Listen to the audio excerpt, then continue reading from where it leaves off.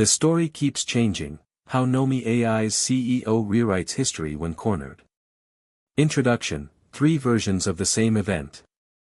In May 2024, nomi.ai disappeared from the Google Play Store across every EU member state simultaneously.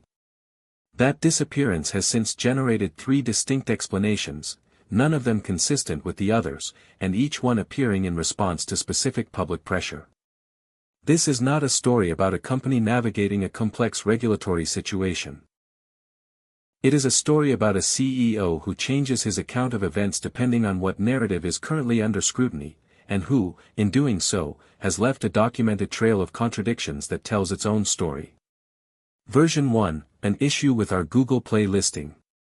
When users first noticed the app's absence in May 2024, nomi.ai's CEO responded directly in the subreddit. His language was carefully vague.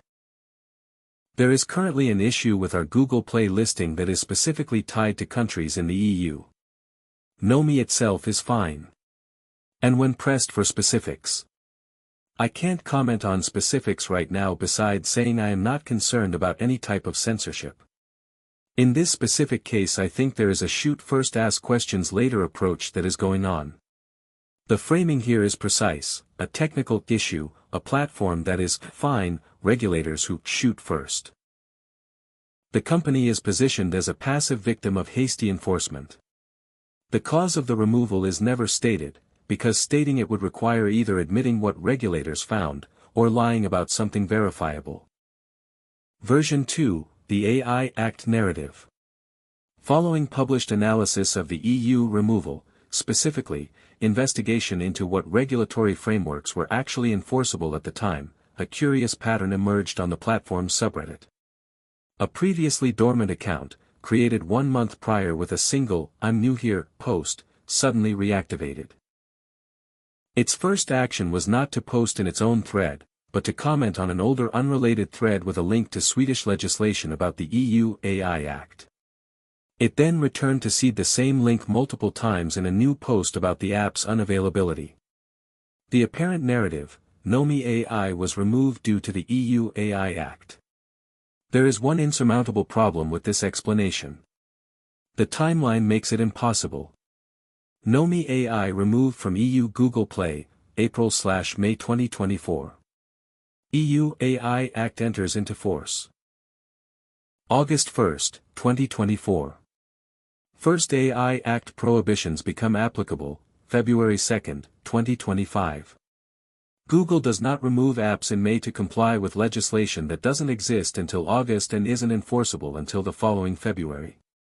The Swedish government website linked by the account confirms this timeline explicitly. The AI Act narrative didn't survive contact with a calendar. But it served its purpose. Introducing an alternative explanation into the community's conversation at a moment when the original, listing issue, framing was under scrutiny. Version 3, we voluntarily pulled the app ourselves. Approximately 1 month ago, in 2026, in a thread where a user noted the EU ban and asked about payment options, the CEO appeared again. This time, the story had changed entirely. Just as a correction, the EU has not banned Nomi. We voluntarily pulled the app ourselves.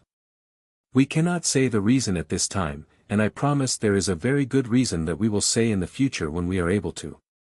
What I can say is the reason has nothing to do with EU rules, privacy restrictions, AI laws, or anything else like that.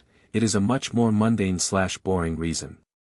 Every element of this statement contradicts the previous versions. In May 2024, it was an issue with our Google Play listing, language implying an external problem being experienced by the company. Now it is something the company voluntarily did. These two accounts cannot both be true. Either the company experienced an issue with their listing, or they chose to remove it themselves. A voluntary withdrawal is not an issue. The list of denials is equally revealing, nothing to do with EU rules, privacy restrictions, AI laws, or anything else like that. This enumeration, EU rules, privacy restrictions, AI laws, maps directly onto the analytical framework of prior published investigations into the removal. It is not a list generated by the user's question, which was simply about payment methods. It is a list generated by having read specific criticism and choosing to address it indirectly, without acknowledging that the criticism exists. When someone denies precisely what no one in the conversation accused them of, they are responding to a conversation happening elsewhere.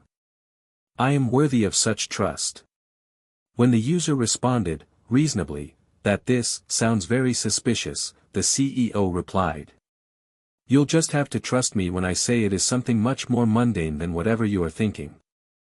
Hopefully through my past actions I have demonstrated I am worthy of such trust."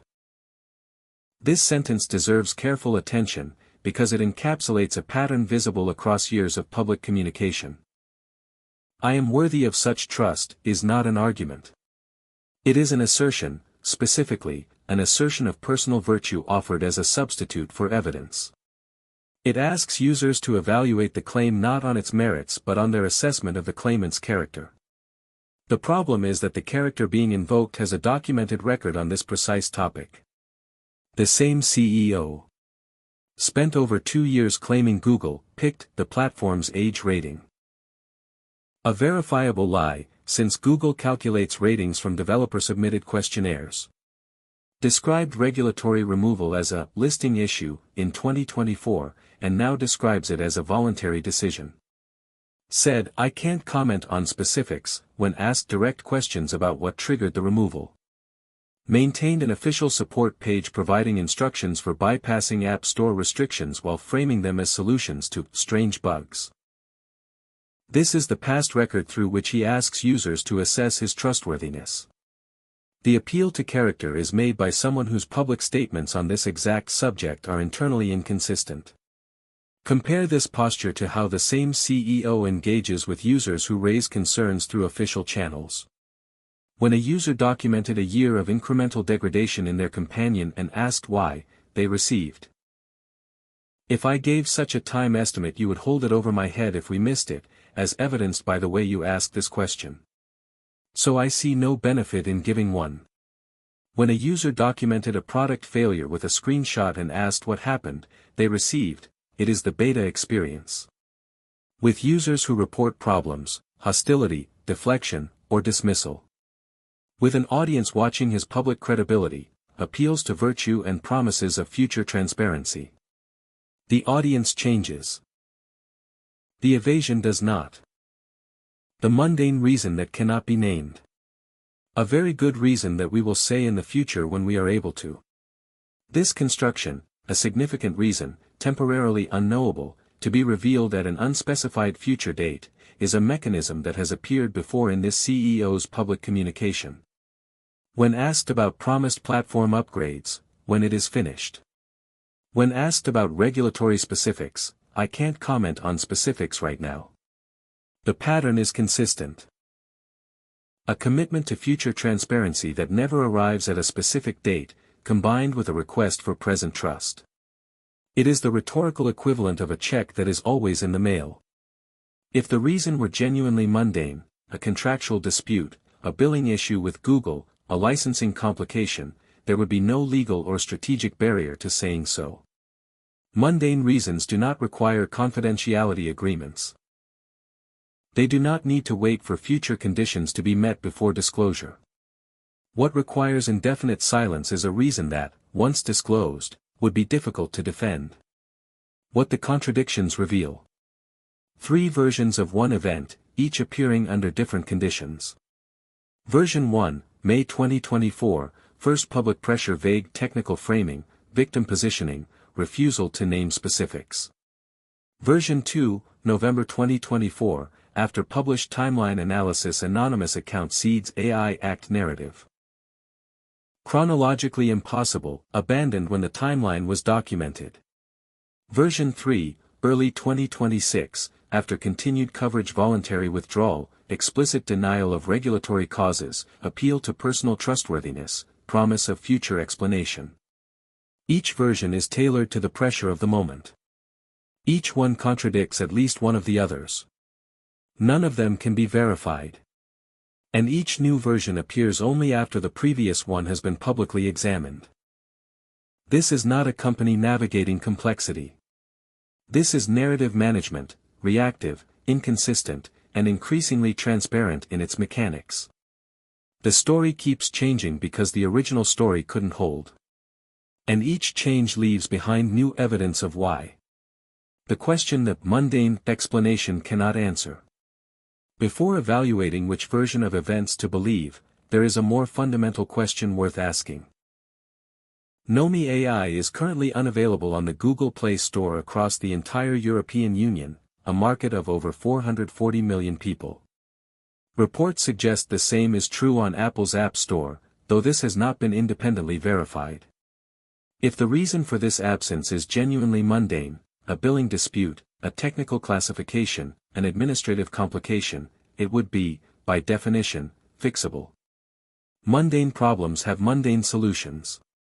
A billing dispute gets resolved. A technical issue gets corrected. An administrative complication gets navigated. Mundane reasons do not keep a company out of a market of hundreds of millions of people for over a year and a half. So the question the CEO's own framing generates is this: what mundane reason is so intractable that it justifies voluntarily abandoning one of the largest consumer markets in the world, and so sensitive that it cannot be named even now? If regulators force the removal, prior investigations have documented in detail what they likely found: a platform generating explicit sexual content rated accessible to 12-year-olds, with documented failures around minor protection, data handling, and psychological manipulation.